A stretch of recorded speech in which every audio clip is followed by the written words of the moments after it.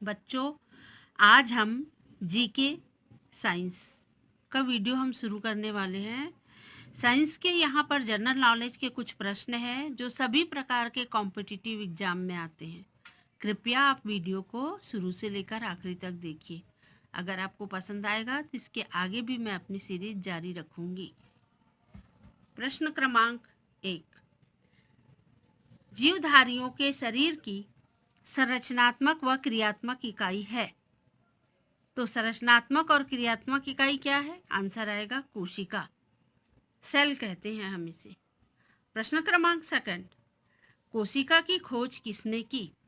तो कोशिका की खोज रॉबर्ट हुक ने की 1665 में। उन्होंने जिसे देखा था वह कार्क की मृत कोशिका थी। कार्क पेड़ पौधों की छाल को कहा जाता है। प्रश्न क्रमांक 3, जीवित कोशिकाओं को देखने का श्रेय सर्वप्रथम किस वैज्ञानिक को दिया जाता है? यानी रॉबर्ट हुक ने जिसे देखा था वो मृत कोशिका थी, पर जीवित कोशिका को पहले किसने देखा? जीवित कोशिका को सबसे पहले देखा एंटोनी वॉन ल्यूवेनहॉक ने। तो उन्हें ये श्रेय दिया जाता है। कब देखा? 10 जून 1675 को इन्होंने जीवाणुओं तथा प्रोटोजोआ को 200 गुना बड़ा करके अपने द्वारा बनाए गए सूक्ष्मदर्शी में देखा।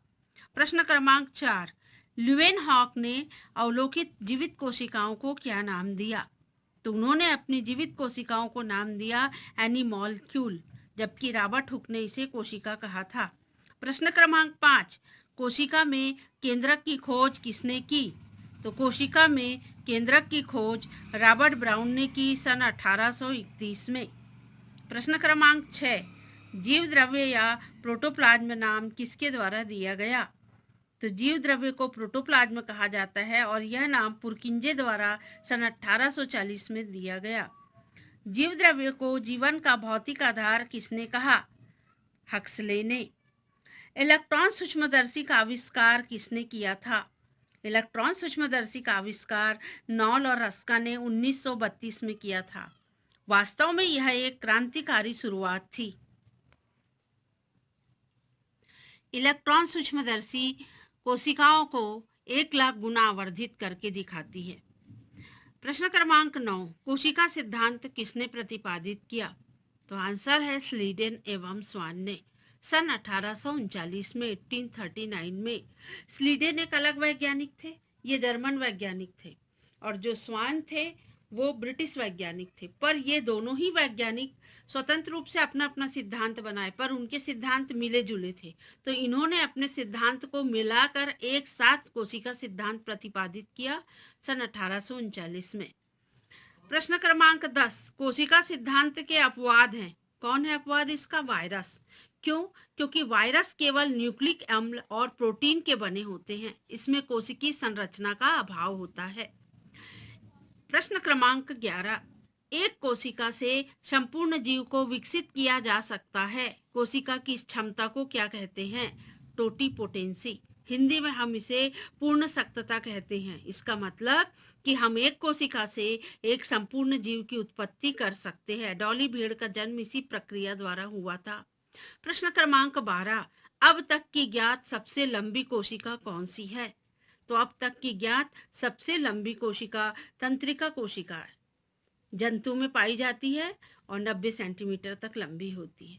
अब तक की सबसे बड़ी ज्ञात कोशिका, देखो सबसे बड़ी अलग है और सबसे लंबी अलग है। सबसे लंबी तंत्रिका कोशिका होती है और सबसे बड़ी शुतुरमुर्ग का अंडा, जिसका व्यास 175 mm होता है। सबसे छोटा जीव अर्थात सबसे छोटी कोशिका किसे माना जाता है?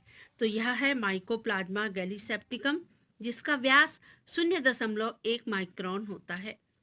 हमारा आज का आखिरी प्रश्न है प्रश्न क्रमांक 15, ऐसी तकनीक जिसमें कोशिका या कोशिकाओं के समूह को शरीर से बाहर कृत्रिम माध्यम में जीवित रखा जाता है, क्या कहते हैं हम इसे? ऊतक संवर्धन या टिश्यू कल्चर। टिश्यू कल्चर का कृषि के क्षेत्र में बहुत महत्वपूर्ण योगदान है।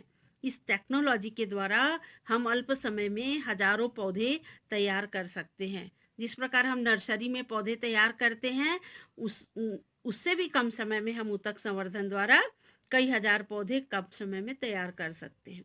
तो ये 15 प्रश्न है। अगर आप आपको पसंद आ रहा है तो आप इसे लाइक ज़रूर करिए। अगली श्रृंखला में फिर मिलते हैं।